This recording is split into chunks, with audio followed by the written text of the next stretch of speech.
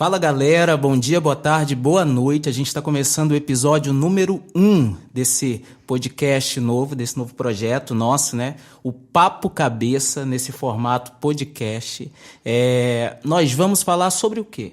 Nós vamos falar sobre saúde mental, vamos falar sobre todos os aspectos que a saúde mental hoje está ocupando na nossa vida. Eu acho interessante a gente falar também não só sobre medidas curativas, mas também sobre prevenção da saúde mental, né? E é isso, a gente vai falar sobre isso. No momento a gente ainda não tem tantos espectadores para a gente ter esse contato com o público, né? Mas provavelmente depois a gente pretende fazer isso, até porque o nosso interesse também é meter o bedelho na vida alheia, né? A vida tá uma merda, mas a gente tá sempre, né? A gente tá dando conselho para os outros, né? Isso é bom. Então é isso, meu nome é Saído Oliveira, eu sou médico, sou especialista em psiquiatria e eu vou passar a palavra aí para a mulherada que manda nesse negócio. Vamos lá. Olá, eu sou a Suelen Amorim, sou naturóloga, coach e palestrante. Estou aqui também para conversar um pouco sobre assuntos pertinentes, principalmente no que tinge a saúde das pessoas. E vamos embora! Oi, meu nome é Samara, eu sou enfermeira, eu sou especialista em urgência e emergência, atuação maior em unidades de emergência. Por isso já atuei bastante com pacientes psiquiátricos, então vamos conversar um pouco hoje. Então, gente, a gente está bem empolgado, né? Bem empolgado para começar esse novo projeto aí. E eu espero que vocês gostem. Na verdade, assim, a gente tem uma tendência a otimizar esse assunto, né, Su? Eu acho que esse assunto é muito complexo, então a gente vai tentar passar de uma forma mais palatável. Sim, de uma forma que as pessoas consigam entender e até trocar ideias conosco. Isso. Então, assim, o primeiro assunto que a gente escolheu para falar, gente, foi sobre saúde mental e educação, né? Aproveitando esse boom da saúde mental em todos os âmbitos da sociedade, né? Então, anteriormente, a gente tinha aquela discussão apenas para as minorias, né? Apenas para as características raciais. E hoje a gente tem a discussão da saúde mental em todo o âmbito, né? Principalmente no âmbito educacional. Até porque se a gente pensa numa saúde mental preventiva, a gente tem que pensar em educar saúde mental. Com certeza. O perfil, a personalidade de uma pessoa se forma desde que ela nasce e o ambiente em si tem um fator determinante. Então, a gente precisa, sim, falar de educação. Cada vez mais as crianças estão indo mais cedo aos consultórios, pais perdidos, sem saber o que fazer, como educar, como lidar com situações.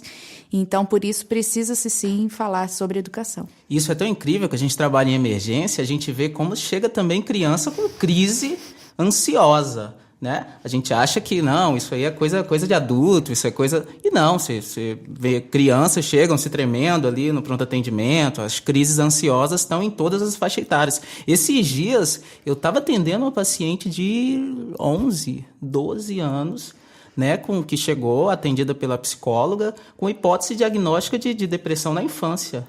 11 anos. Nossa, o que tu estava fazendo com 11 anos, Su? Meu Deus, eu ainda brincava horrores. Subia em árvore. Com 11 anos a gente comia barro ainda, né? E hoje a criançada tá depressiva. Mas você não acha, Samara, que esse aspecto hoje, o aspecto atual, essa mudança de realidade, né? A criançada já desde cedo tá aí exposta à tecnologia e tudo mais. Tu não acha que isso, né, contribui? Então, tu falou isso agora, eu lembrei que recentemente eu levei a minha filha na pediatra e ela, que atende no hospital da Unimed, aqui na região, contou que recebeu um paciente de 10 anos que tinha tentado se suicidar. E aí perguntado, com medicamentos ele tinha tentado. Perguntado, depois de ter, né, normalizado o paciente, perguntaram como ele tinha feito isso, né? Por que ele tinha feito? Ele falou, tia, eu vi no YouTube. Então, ele tinha livre acesso à internet, à YouTube, e ele viu um vídeo, não sei da onde, ensinando a criança como que ela tinha que fazer para se matar. Para se matar. Sim, ensinava que ela tinha que pegar os remédios dos pais escondido, entrar no quarto, trancar a porta por dentro, tomar todos os remédios. E aí a médica perguntou, tá, mas você então não trancou a porta? Daí ele falou, não, eu fiquei com medo, deixei a porta só encostada. E foi isso que salvou a vida dele, que a mãe dele chegou a tempo, ele já estava desacordado e tinha as caixinhas de remédio. Mas qual a intuição de um canal desse, né? Pois é, né? Bem, realmente... Sabe maligno, uma coisa né? que eu fico pensando? Assim, a gente fala muito sobre controlar o conteúdo, né? E, poxa, que legal essa nova fase tecnológica, isso é massa, isso é bom, a criançada, né, já está nascendo falando, mas assim, não existe um meio de controlar o conteúdo que as crianças acessam, não tem como. E isso é muito perigoso, demais, né? Então, essa semana estava circulando no WhatsApp também, falando sobre essa questão de acesso à tecnologia das crianças, estava circulando no WhatsApp uma animação, um desenho ensinando a se enforcar, uma criança a se enforcar. Um desenho bem animativo ensinando uma criança a se enforcar. Eu vi isso. E ainda nesse desenho, né, a cena que a criança estava se enforcando, ela estava sorrindo, com a corda no pescoço. Então, hoje em dia está muito mais difícil controlar o acesso que as crianças têm à internet, eles procuram cada vez mais cedo, e a gente vê isso muito nítido em situações de urgência e emergência, que é onde eu trabalho, tem essa experiência, que a gente vê que tem mais crianças e adolescentes chegando com distúrbios e com depressão, com crises ansiosas, como o Sally falou, tentativa de suicídio tem aumentado cada vez mais, e também outras problematizações na infância, né? Então, e assim, além disso ser muito perigoso, eu fiquei pensando o que leva uma criança, né, a assistir um vídeo desse e, de fato, executar as instruções que o vídeo no YouTube ensinava.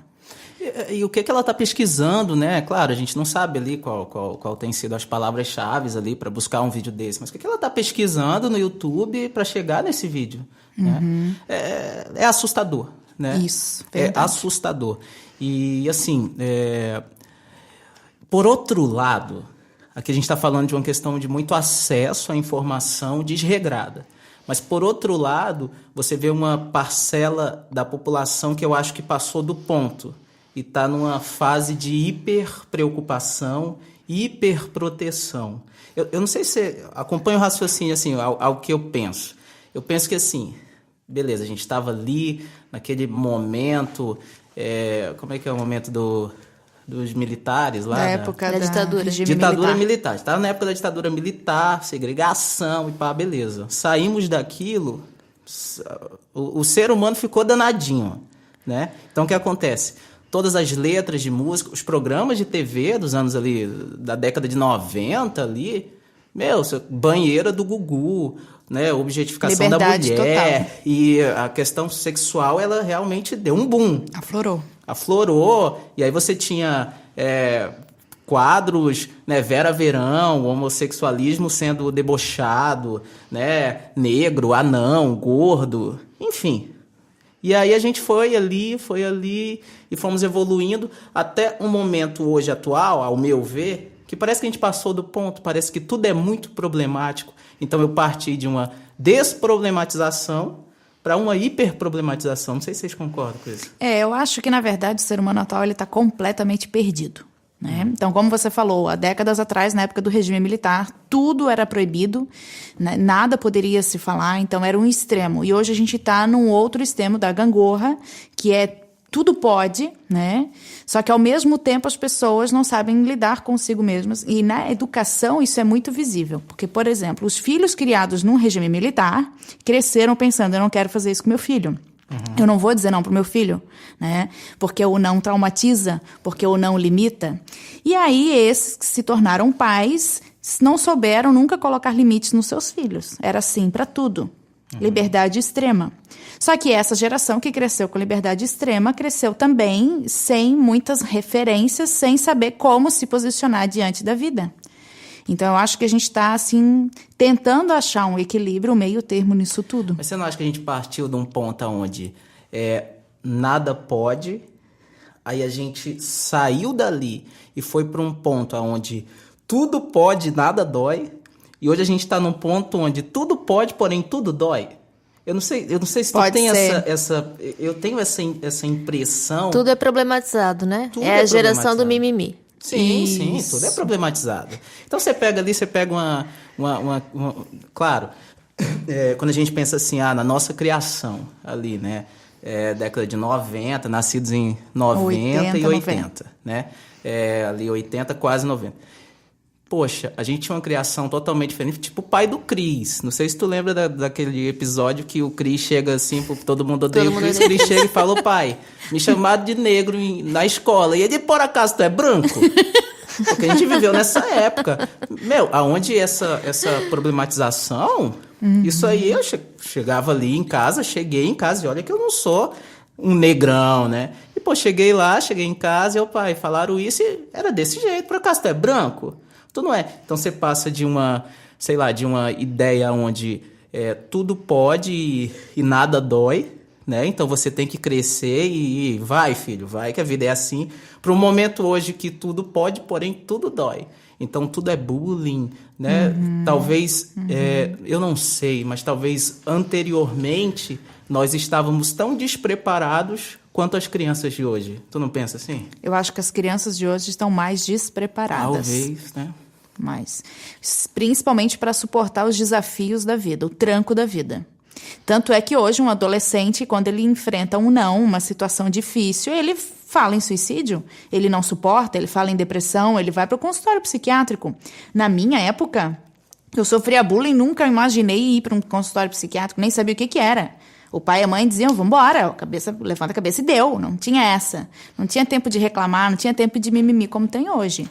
E aquilo, não falar assim, a gente é a favor... Não, mas a gente é a favor de um ponto de equilíbrio. Claro. Né? Talvez antes a gente não tinha conhecimento, porém éramos mais preparados. Hoje nós temos muito conhecimento, porém somos tão despreparados quanto, né? Isso, porque a gente tem hoje muito acesso à informação, mas nem sempre não sabe o que fazer com isso. Né? Então, aí é que tá. Então, é claro que o bullying, ele tem que ser visto, sim, tem que ser... Né? É uma questão que as escolas têm que cuidar, só que, ao mesmo tempo, hoje não pode problematizar o bullying, porque daqui a pouco, se você sorrir, isso vai ser preconceito com quem não tem dente. Sim, né? Sim. Então, tem que começar a cuidar um pouco. Começa os absurdos, né?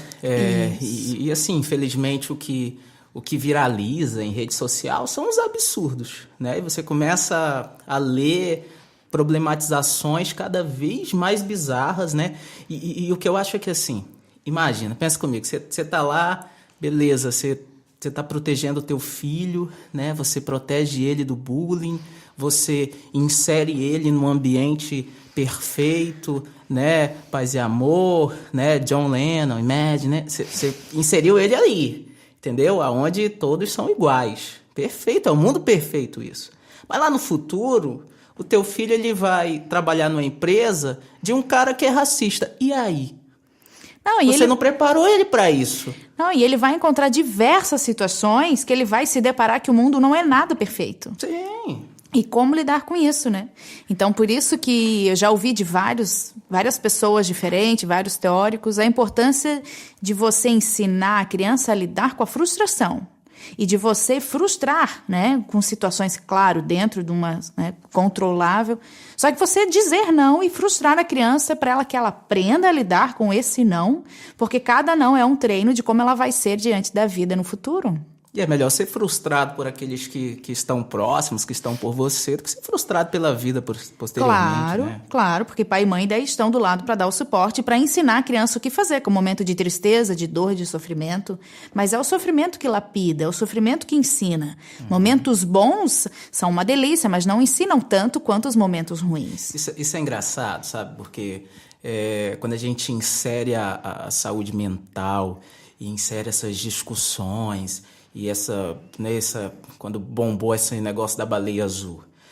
O quanto de pais que buscavam um consultório totalmente perdidos, tipo, doutor, como eu crio o meu filho? Uhum. Que eu acho isso algo totalmente absurdo. Como você vai, claro, você não é o bambambam, não sabe de tudo, mas como você está totalmente perdido a ponto de perguntar para um estranho como educar o seu filho? E eu acho que isso, assim, isso demonstra muito a insegurança na criação, na educação particular, sabe? Eu falo, hoje eu atendi uma mãe, eu falei para ela, olha...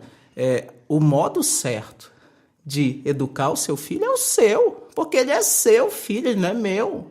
Então você não pode né, querer que eu te ensine algo que você já deve saber. E você vê essa insegurança hoje em pais inseguros, pais que já tiveram 1 filho, 2 filhos, e no terceiro estão inseguros, perguntando o que fazer. Sim, também já recebi no consultório pais de crianças que também vinham com reclamações de hiperatividade na escola, mas na verdade não era hiperatividade. Se você fosse olhar mais a fundo, aquilo era falta de limite, porque pais não conseguiam educar, não conseguiam dizer não, não conseguiam colocar disciplina, e aí empurravam para a escola uma responsabilidade que é de pai e mãe.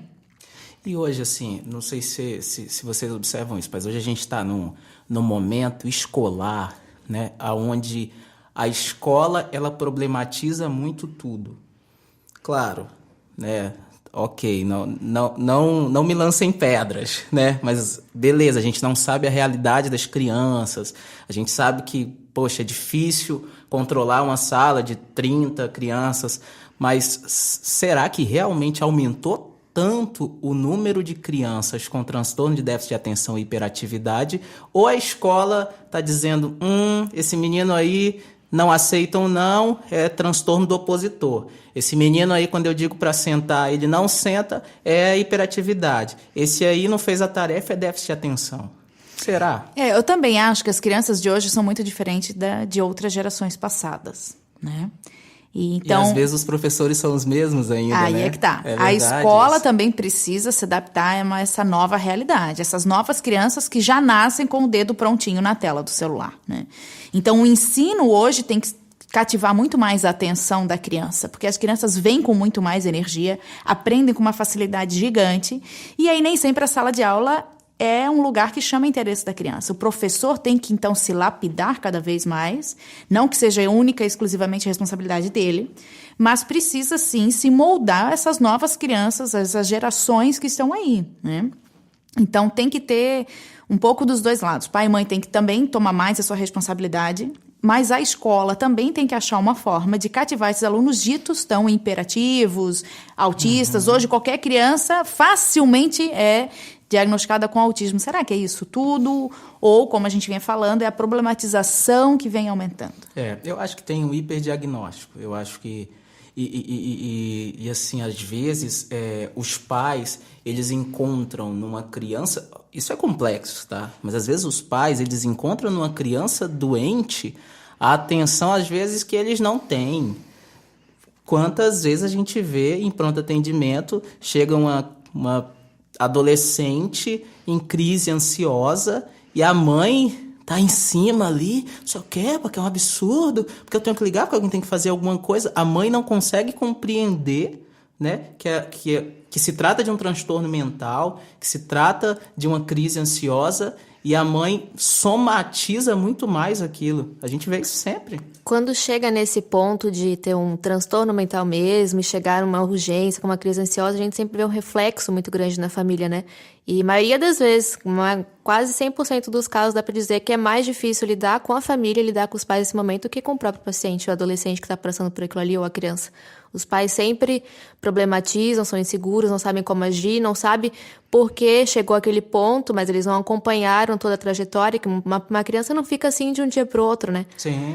Tem todo um processo, então eles não percebem isso na criança, vão deixando passar e se vem num ponto que já está realmente problema grave, né? E por isso eles problematizam muito, é complicado lidar com essas situações. Talvez essa, não sei, divagando, mas talvez essa hiperpreocupação dos pais possa ser proveniente de uma culpa por não enxergar o problema no início. Pode ser. E criança é espelho de pai e mãe desde pequeno, né? Criança aprende por imitação. Então, eles são um reflexo de como os pais estão inseguros, perdidos, ansiosos. E a criança precisa sentir em pai e mãe um porto seguro. Precisa sentir confiança de que pai e mãe estão ali para dar o apoio que ela precisa. E se ela não sente essa segurança, é claro que ela vai ficar muito ansiosa, né? Então, uma coisa alimenta a outra, eu acho. É um assunto que eu acho que nos traz mais questionamentos até do que respostas, né? Mas eu acho que uma coisa é clara e deve ser dita, falta educação emocional. Sim, sim. Falta educação emocional. Tipo, na nossa época de escola, não existia. O máximo que você tinha filosofia, um professor maluco, que falava nada com nada e dava trabalho, pelo menos na minha, não sei na de vocês, você passava, entendeu? Né? Sociologia, eu nem lembro quem era meu professor, né? Então, na questão de interação social, né? Eu estudei grande parte da minha vida numa escola que era religiosa, então tinha aquela religião e blá, blá, blá. Mas, assim, nas questões de convivência mesmo, social, né? Sabedoria, educação emocional, nada. Eu não tive nada disso na escola. Só que na nossa geração e nas anteriores, a gente tinha famílias maiores. Então, tinha-se mais irmãos, mais primos. Você brincava com os vizinhos nas ruas. Então, a gente tinha mais contato com outras crianças. Né? E isso propiciava a convivência saudável. Hoje as crianças são, né, a maioria são filhos únicos ou família muito pequena, pouquíssimos primos. A criança fica dentro de um quadrado a maior parte do tempo. Ela está em casa, num apartamento, dentro de um quadrado, olhando para outro quadrado, que é a televisão, o videogame, o tablet. Não tem mais como brincar na rua, porque não tem segurança. E isso. Aí ela vai para a escola, ela entra em outro quadrado, que é a van escolar, ou o carro. Aí ela chega na escola, fica dentro de uma sala de aula, olhando para as 4 paredes, olhando para o professor lá na frente. Então, ela sai de lá de novo, um quadrado, chega em casa, outro quadrado. Então, eu acho que antigamente a gente tinha mais interação com outras crianças e contato com a natureza. Hoje em dia, muitos programas de finais de semana dos pais com os filhos é levar para shopping e colocar a criança naqueles parquinhos que tem dentro do shopping. A criança nem vê a luz do dia direito. Então, quanto mais contato com a natureza, mais saudável a criança vai ser. Falta vitamina D, né? Falta exposição, né? Falta ralar o joelho na rua, falta subir em árvore, falta correr. É isso que criança precisa, é isso que é saudável para ela. Interagir, brigar, brincar. Mas aí você não acha que, né, as políticas públicas hoje, elas não começam a te privar muito de expor o teu filho? Né? Nossa, aquele menino tá correndo sozinho aqui. Nossa, esse menino tá todo ralado. Vamos, chama o conselho tutelar, como diz o outro. Chama o conselho tutelar, porque esse menino tá todo ralado. Você não acha que hoje as políticas públicas, em vez de realmente propiciar um ambiente de aprendizado, né, para as crianças, eles não estão segregando a gente, deixando os pais de mãos atadas? Eu acho que as políticas públicas acabam tirando a autoridade de pai e mãe. Quantos casos eu já ouvi de criança que o pai tentou colocar um limite na criança, e a criança falou, eu vou ligar pro conselho tutelar, porque a prof na escola disse que pai não pode brigar, não pode bater em criança. E aí eu sei qual é o telefone do conselho tutelar. Agora, onde já se viu? Né? Quem é que é a autoridade dentro de casa? Uma criança de 5, 7, 8 anos ou o pai e mãe? Que é quem provê, que é quem cuida, né? E essa questão da correção, isso é um assunto muito, né, difícil de falar hoje em dia. E é aí que eu chego nesse ponto.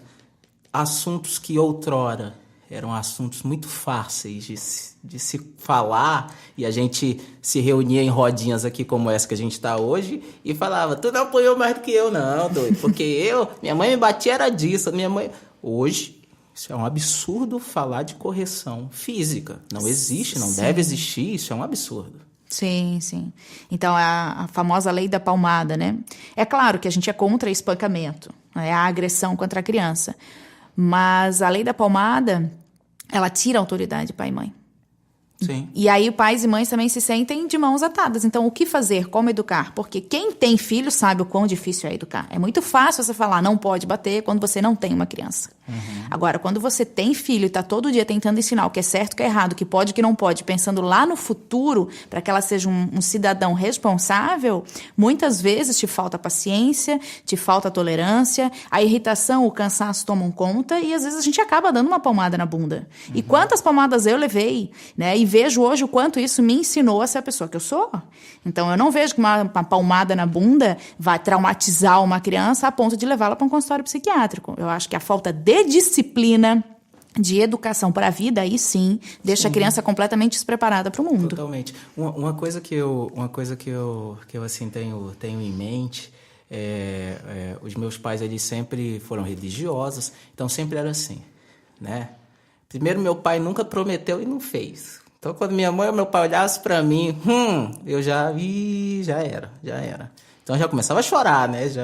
O tratamento ali começava ali já. E aí, sempre meu pai odiava isso na época, né? E o meu pai, sente aqui no colo do pai. Sabe por que você vai ser corrigido? Porque você fez isso. O que você fez, Saile? Ah, pai, não quero falar. O que você fez? Eu fiz isso. E por isso você vai acontecer o quê? Por isso eu vou ser corrigido. Correção, abraço. Você só vai sair do colo do pai depois que você disser que ama o pai. Meu, que ódio eu tinha. Não, pai, não, pelo amor. E isso foi algo que, assim, hoje a gente começa a pensar naquelas terapias cognitivo-comportamentais e como você altera comportamento por inteligência. Não é uma ordenância apenas. Você não é apenas um cumpridor, né, de palavras de alguém. Você é um ser que compreende o teu erro, compreende o que o teu erro pode levar, né, e tem essa compreensão de que eu não vou mais fazer isso, porque senão eu vou errar. Claro, na teoria é lindo, né? Na prática a gente erra umas 10 vezes, mas um dia a gente aprende. Sim. Né? Então, assim, é interessante quando eu falo isso às vezes para algumas pessoas, você vê, nossa, como isso é um método, né? E não, na verdade, muitos pais antigos já faziam isso, né? E a gente tem boas pessoas, né? Então, né? As gerações antigamente tinham essa sabedoria de educar da melhor forma. E hoje os pais não confiam em si mesmos para educar. Né? E é importante também, quando se vai corrigir uma criança, a gente reprova a ação dela e não ela em si. Né? Então, muitas vezes eu também fico irritada e falo alto com meu filho, mas eu sempre lembro de falar assim para ele, olha, eu amo você, mas o que você fez eu não admito. Sim, né? Então, sim. É a ação da criança, porque daí você você alimenta a autoestima da criança. Ela se sente amada, mas ela sabe que aquilo que ela fez não foi certo. Agora, uma coisa assim que eu acho que também com esse boom, e eu acho que deve ser um assunto depois pra gente falar no outro podcast, em outro episódio, sobre tecnologia e saúde mental.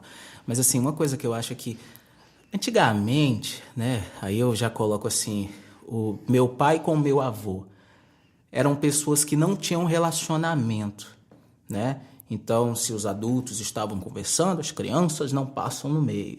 Então, não havia esse relacionamento, essa proximidade. E a gente foi se aproximando, né? A cada ano que passava, a cada geração. Então, provavelmente, né, nós já tivemos uma proximidade muito maior com os nossos pais. Nossos filhos têm uma proximidade muito maior conosco. Mas o que acontece? Hoje, a inserção da criançada nessa tecnologia começa a criar novamente esse afastamento.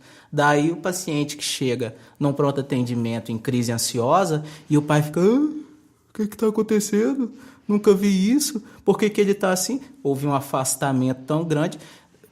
Como isso é claro, adolescentes com perfis em Instagram, em Twitter, em Facebook, bizarros, que o pai nem sonha o que o cara está escrevendo ali. Por quê? Porque são estranhos dentro da mesma casa. É incrível, mas isso pode acontecer, ter estranhos dentro da mesma casa.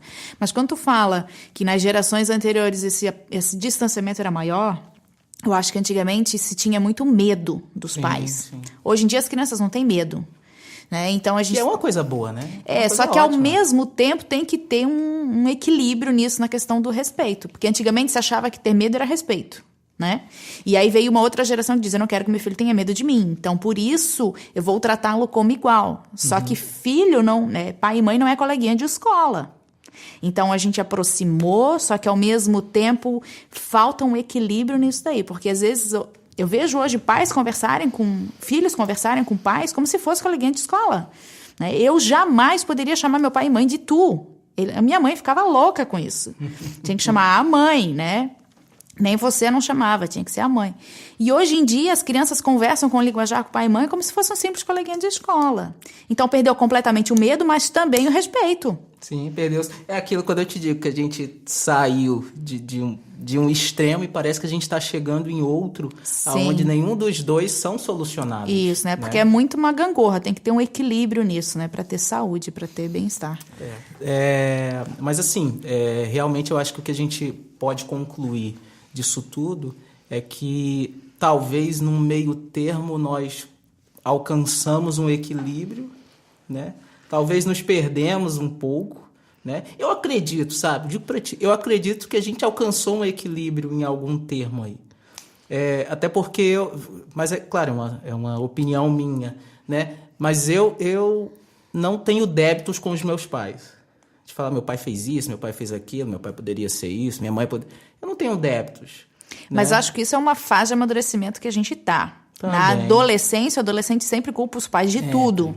Né? Então, na vida adulta, a gente encara o mundo real, vê como é que é a situação e aí passa a olhar pai e mãe de forma diferente. Também tem isso, né? Você é adolescente, você é menino novo. Então cala a boca aí que você não tá sabendo de nada ainda. Não tá sabendo de nada. Espera chegar os quase 30, né? Isso. Quase 30 e quase 40, Su. Não, tá doido? Tô na flor da idade. Mas é isso, eu acho que uma coisa que eu sempre falo, o ser humano ele peca porque ele não se conhece. Então, Sim. A gente precisa se conhecer cada vez mais, a gente precisa tentar alcançar esse equilíbrio, né? Entender que existem práticas que podem haver na nossa vida, existem práticas que não, né? E às vezes não existir tal coisa na minha vida é o meu equilíbrio, porque se aquilo existe, me desequilibra. Né? Então, assim, quando eu alcanço, né, esse equilíbrio e esse autoconhecimento, provavelmente eu vou conseguir passar a minha ideia de mundo para o meu filho. E dificilmente uma pessoa equilibrada ela vai passar uma ideia totalmente bizarra e errada para um filho. Né? E daí aquilo que o Estado, né, que as políticas públicas, né, atuem muito mais com educação, né? E com educação também emocional, social, né? Poxa, talvez essas ciências biológicas a gente poderia ter uma exposição muito maior à natureza, né? As crianças perderam isso hoje, né? Perderam. E assim, é claro que educar é a coisa mais difícil do mundo. Nenhuma criança vem com manual. É a própria criança que nos ensina a ser pai e mãe. Mas se você está assumindo isso, tem que ter muita responsabilidade, né? Sempre lembrando que tudo que a gente faz e fala com uma criança afeta o futuro dela, né? E como ela vai se posicionar diante da vida, como que ela vai lidar com as situações. E uma vez eu ouvi uma frase que dizia assim, a boa mãe é aquela que se torna desnecessária. Ou seja, Nossa. é aquela que cria autonomia e independência na criança. Para que chegado a um determinado momento, ela não dependa de pai e mãe para existir. É claro que pai e mãe sempre são o nosso porto seguro, nos apoiam, nos encorajam. Só que você tem que ter um senso de independência, de força interior para se sentir seguro, para navegar sozinho na vida. Isso é educar. É criar autonomia, independência, você plantar no coração da criança valores que vão fazê-la se tornar uma pessoa do bem, uma pessoa responsável, um cidadão, né, que sabe se posicionar diante da vida e lidar com as frustrações da vida. Eu tô extasiado com isso. Como é que você tá, Samara? Eu tô deslumbrado. Tô sem palavras, perplexo. Sem palavras, tô perplexo. Filosofei agora. Estou perplexo. E com isso, gente, nós terminamos esse episódio número 1. Primeiro de muitos, né, Su? Tomara. Tomara que sim, né? Tomara que vocês tenham gostado. Sempre com bom humor, sempre desse jeito fácil, desse jeito palatável, é uma palavra que eu gosto. Ah, é? Palatável. Né? Fácil não ouço essa de palavra. digerir. Leu o dicionário hoje, né? Aprendeu uma palavrinha nova. Palavras difíceis, a gente gosta disso. Então, sempre dessa maneira, a gente vai discutindo saúde mental com vocês, tá bom? E nas descrições aí dos locais que a gente postar o nosso podcast, vocês vão, né, encontrar as nossas redes sociais, e-mail, para que sejam enviadas dúvidas, sugestões, né, causos. Eu quero receber causos. Eu quero meter o bedelho na vida alheia. E bacana trocar com o público, né? O que gostariam de ouvir, sobre que assuntos gostariam que a gente falasse. A gente se sente útil, né? Claro. A gente sai, né? Sai do consultório, tipo, putz, eu até faço alguma diferençazinha, né? Então é isso, galera. Bom dia, boa tarde, boa noite. Esse foi o nosso primeiro Papo Cabeça. Valeu! Valeu! Tchau.